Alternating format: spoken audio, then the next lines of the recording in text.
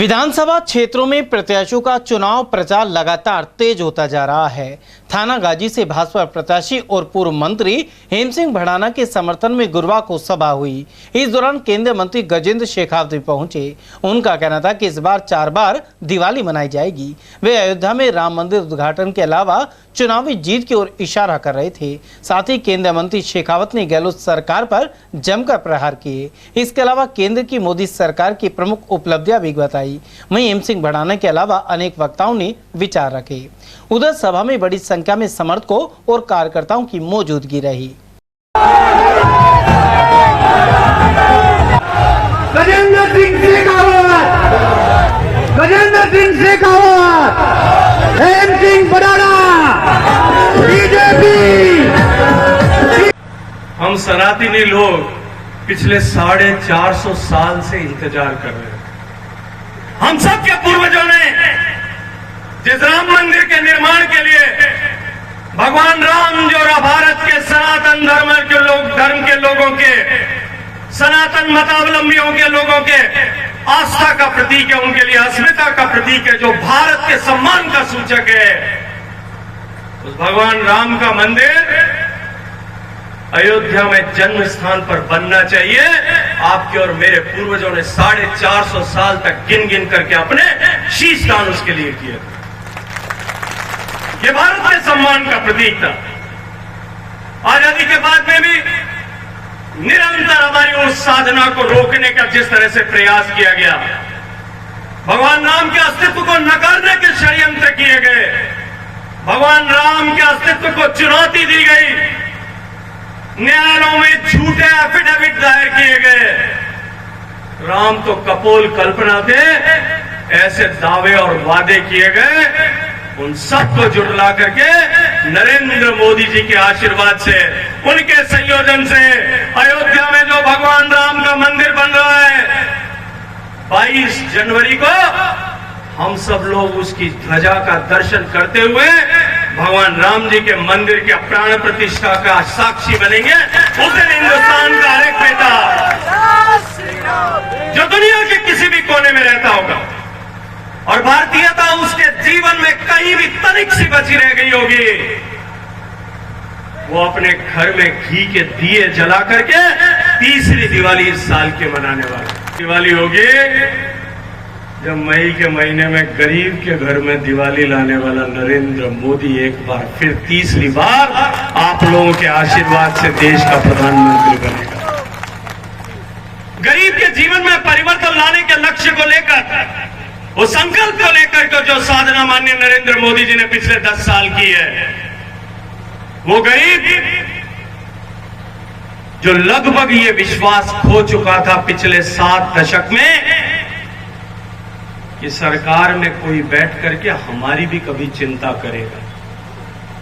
उन लूट खसोटों की सरकारों के बीच में, 10 साल के यूपीए के काले शासन के उस अंधियारे के बीच में, जब सामान्य मानवी ये मानने लगा था गांव में बैठा हुआ कि लाखों करोड़ रुपए के जो घोटाले होते हैं, जिस तरह से भाई भतीजावाद होता है, जमीन के अंदर कोयले से लेकर के आसमान में हेलीकॉप्टर तक खरीदों में जिस तरह के घोटाले होते हैं, लोगों के मन में यह संदेह हो गया था कि ये बाढ़ जिसको चुन करके हम देश को चलाने के लिए, गरीब के भले के लिए चुन करके भेजते हैं, वो बाढ़ ही खेत को खाने लगी है। उस समय नरेंद्र मोदी जी को जब आपने आशीर्वाद दिया और इस 10 साल में सामान्य मानवी के जीवन में परिवर्तन लाने के लक्ष्य को लेकर के जितनी योजनाएं चलाई गई, अब की बार इस दिवाली पर राजस्थान के कचरे को भी साफ करना है कि नहीं करना है?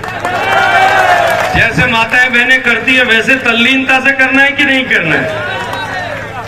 एक एक कोने खांचे में से निकाल करके भी करना है कि नहीं करना है? हमने एक दिवाली मनाई, राजस्थान के लोग दूसरी दिवाली 3 तारीख को जिस दिन परिणाम आएगा उस दिन मनाने वाले हैं। ये दिवाली जो अभी 3 दिन पहले गई है, ये दिवाली हम मनाते हैं भगवान राम के रावण पर विजय के उस प्रतीक के रूप में, उस स्मृति के रूप में, जब भगवान ने कदाचार के राज को समाप्त करके, अन्याय को समाप्त करके सुशासन को स्थापित किया, रामराज्य को स्थापित करने के लिए वो रावण का वध करके वापस अयोध्या में लौटे थे। तब वासियों ने राम के सम्मान में और सुशासन के आगमन के प्रतीक के रूप में घी के दिए जला करके दिवाली मनाई थी। मित्रों, 3 तारीख को ठीक वैसी ही परिस्थिति राजस्थान में होगी। जिस तरह से भगवान राम की सेना में सामान्य लोग, वनवासी लोग, वानर, भालू, बरूद ऐसे इकट्ठे होकर के उनकी शक्ति से राम ने उस 3 लोक के विजेता रावण को हरा करके सुशासन को स्थापित किया था, ठीक उसी तरह भगवान राम की सेना जो मेरे सामने बैठी है, ये राम की सेना 3 तारीख को राजस्थान में सुशासन की स्थापना करेगी। उस दिन हम लोग एक बार फिर दिवाली मनाएंगे। राजस्थान के इन 13 जिलों के किसानों और इन 13 जिलों के 3.5 करोड़ लोगों के सूखे कंठों के साथ में राजनीति करने का पाप किया। मैंने 10 बार मीटिंग की, 10 बार मीटिंग बुलाई जयपुर, दिल्ली में। बरतरी को साक्षी मान करके कहता हूं कि एक भी मीटिंग में कांग्रेस पार्टी का मंत्री और उनका मुख्यमंत्री नहीं आए। सरकारी अधिकारी आते थे, तोते की तरह सिर हिलाते थे, भाई साहब आप बात तो सही कह रहे हो पर हम क्या करें, हमारे सीएम साहब नहीं मानते। मैंने कहा मैं राजस्थान को पैसा देने के लिए तैयार हूं, लेकिन वो कागज दुरुस्त करके साइन करके भेजने को राजी नहीं थे। मुझे पता था कि ये नहीं करेंगे, ये नहीं मानेंगे। मैं एक दिन प्रधानमंत्री जी के पास गया, मैंने निवेदन किया कि साहब रोज मुझे भी गाली देता है, आपको भी गाली देते हैं, आप बताओ क्या करना चाहिए। तो उन्होंने कहा देखो भैया, रुकना नहीं चाहिए, बाधाओं से डर के हारना नहीं चाहिए, नया रास्ता ढूंढने का प्रयास करना चाहिए। मैंने IIT रुड़की के इंजीनियर्स को बुलाया, IIT खड़गपुर के हाइड्रोलॉजी पढ़ाने वाले, पानी का विज्ञान पढ़ाने वाले लोगों को, एक्सपर्ट्स को बुलाया, मध्य प्रदेश के इंजीनियर्स को बुलाया, राजस्थान के रिटायर्ड इंजीनियर्स को बुलाया, क्योंकि सर्विस वाले आने नहीं देते थे। बिठा करके कई दिन तक हमने 30 दिन तक दिमाग लगाया, दिमाग दौड़ा करके एक नया आइडिया बनाया जिसमें राजस्थान को भी फायदा होता था और मध्य प्रदेश को भी फायदा होता था। और बाद में उसको सुप्रीम कोर्ट ने जो कमेटी बनाई है, अटल जी का जो सपना था कि नदी से नदी जोड़नी चाहिए, हमने उस नदी से नदी जोड़ने के प्रकल्प में उसको सम्मिलित किया। और बाद में एपेक्स कमेटी का चेयरमैन मैं होता हूं, मैंने उस कमेटी में पास करके उसको देश के टॉप 5 लिंक में से जिस पर सबसे पहले काम होगा उसमें सम्मिलित कर दिया। आप सबकी आवाज पर, आप सबके मन के उद्गार से, कार्यकर्ताओं की भावना को देखते हुए हमारे बीच बैठे केंद्रीय नेतृत्व ने मुझको आपके बीच जिम्मेदारी, भारतीय जनता पार्टी मुझ पर विश्वास रख करके आप सबके बीच आशीर्वाद लेने भेजा है। मैं कहना चाहता हूं 10 तारीख, आज 16 तारीख है, 1 तारीख से हमने नामांकन पत्र दाखिल किया था, जिससे और आज तक भारतीय जनता पार्टी का कार्यकर्ता जी और जान से इस कांग्रेस के कुशासन को, इस भ्रष्ट कांग्रेस को, इस निकम्मे कांग्रेस को उखाड़ फेंकने का संकल्प लिया है। इस कांग्रेस के भ्रष्टाचार में राजस्थान के अंदर सबसे ज्यादा अगर भ्रष्टाचार हुआ तो इस राजस्थान के अंदर लालवार जिले के अंदर हुआ। यहाँ से कलेक्टर से लेकर के यहाँ के जनप्रतिनिधि, जिला पार्षद, नगर पालिका पार्षद, नगर पालिका चेयरमैन और स्थानीय जनप्रतिनिधियों के परिवार तक भ्रष्टाचार में लिप्त रहे। आज जनता, पूरे भारतीय जनता पार्टी के कार्यकर्ता, 10 साल तक आपके बीच में मैंने सेवा की, तन से, मन से, वचन से। 2008 में आपने मुझको आशीर्वाद दिया, 2013 में फिर आशीर्वाद दिया।